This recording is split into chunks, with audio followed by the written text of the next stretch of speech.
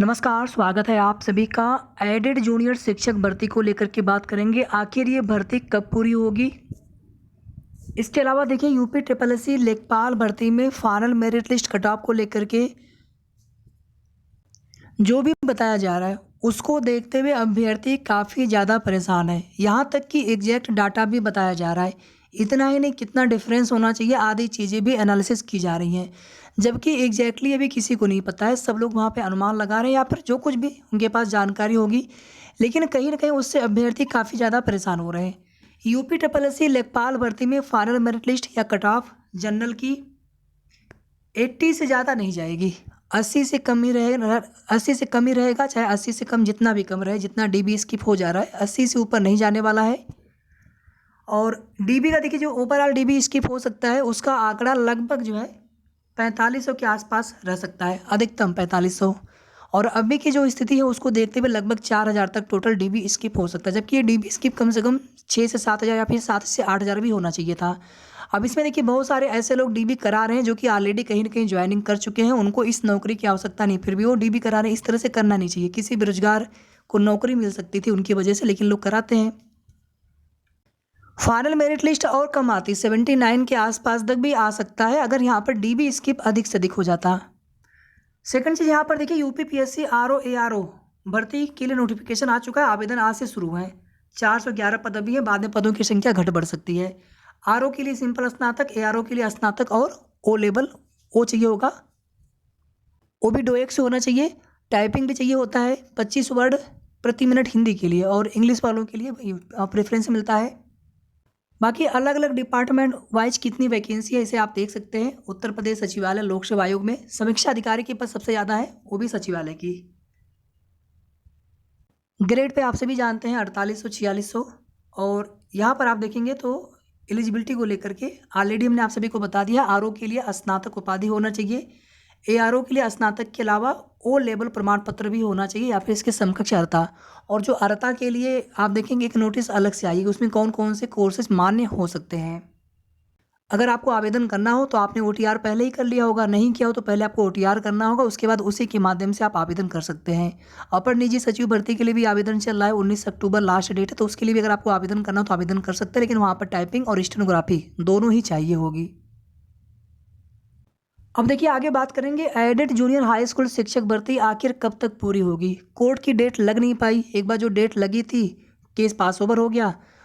दोबारा डेट लगी थी 6 अक्टूबर की, लेकिन केस लिस्टेड नहीं हुआ उस दिन। और ये हुआ था कि शायद विदिन 1 वीक फिर से केस लिस्टेड हो, लेकिन अभी तक फिलहाल में केस लिस्टेड हुआ नहीं है। और अगर स्टे की स्थिति को लेकर के बात कर लें तो 6 मंथ का टाइम होता है। अगर स्टे आर्डर एक्सटेंड नहीं किया जाता है तो ऑटोमेटिकली स्टे निष्प्रभावी हो जाता है।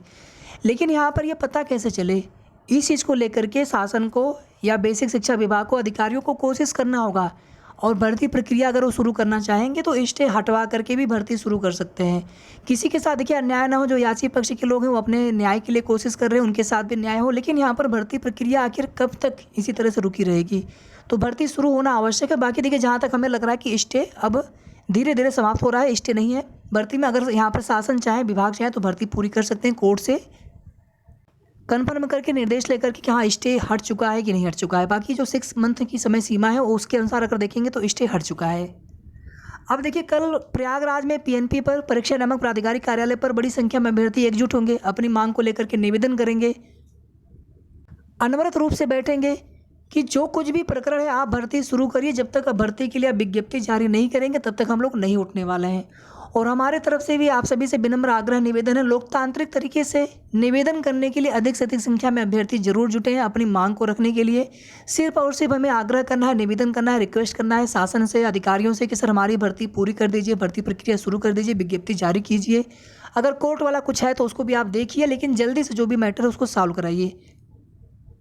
बाकी अगर यहाँ पर स्टे अगर हट गया होगा ऑटोमेटिकली, स्टे ऑर्डर एक्सटेंड ना होने की वजह से, उस स्थिति में भर्ती प्रक्रिया तुरंत भी शुरू की जा सकती है।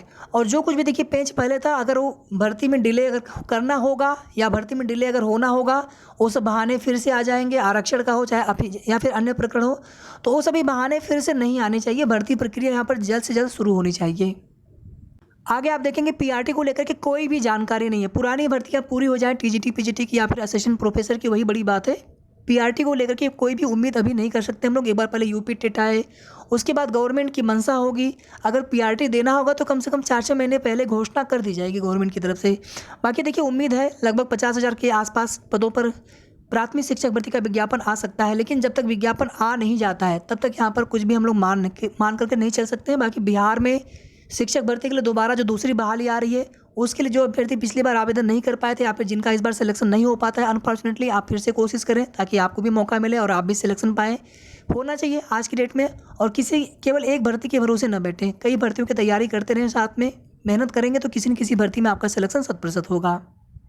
बाकी कल पीएनपी कार्यालय पर प्रयागराज में जो भी अभ्यर्थी अधिक से अधिक संख्या में, कम से कम प्रयागराज के ही सभी साथी आ जाएं और आसपास के जिलों के जो भी साथी आ सकते हैं, आप सभी इस मुहिम में ज़रूर साथ दीजिए। आप सभी से हमारा विनम्र निवेदन है, अगर आप सभी ने संख्या बल दिखा दी अपनी तो 100% इस बार लग रहा है कि आप लोगों को सफलता मिल जाएगी, भर्ती प्रक्रिया आपकी शुरू हो जाएगी। लेकिन इसके लिए संख्या बल दिखना चाहिए, केवल 10-20 साथियों से कुछ नहीं होने वाला है। संख्या बल जितना आप दे पाएँ, 100, 200, 300, 400, जितना संख्या बल आप दे पाएँ अधिक से अधिक। वीडियो को आप सभी प्लीज़ लाइक शेयर कर दीजिएगा, सभी तक जानकारी पहुंचे। जो भी अभ्यर्थी जाना चाहते हो, आना चाहते हो, और जो भी फीमेल कैंडिडेट्स हो, आप सभी भी ज़रूर सहयोग करें अपनी भर्ती के लिए कि हमारी भर्ती जल्द शुरू हो। और अगर आपने अभी तक चैनल को सब्सक्राइब ना किया हो तो सब्सक्राइब भी कर लीजिएगा। धन्यवाद।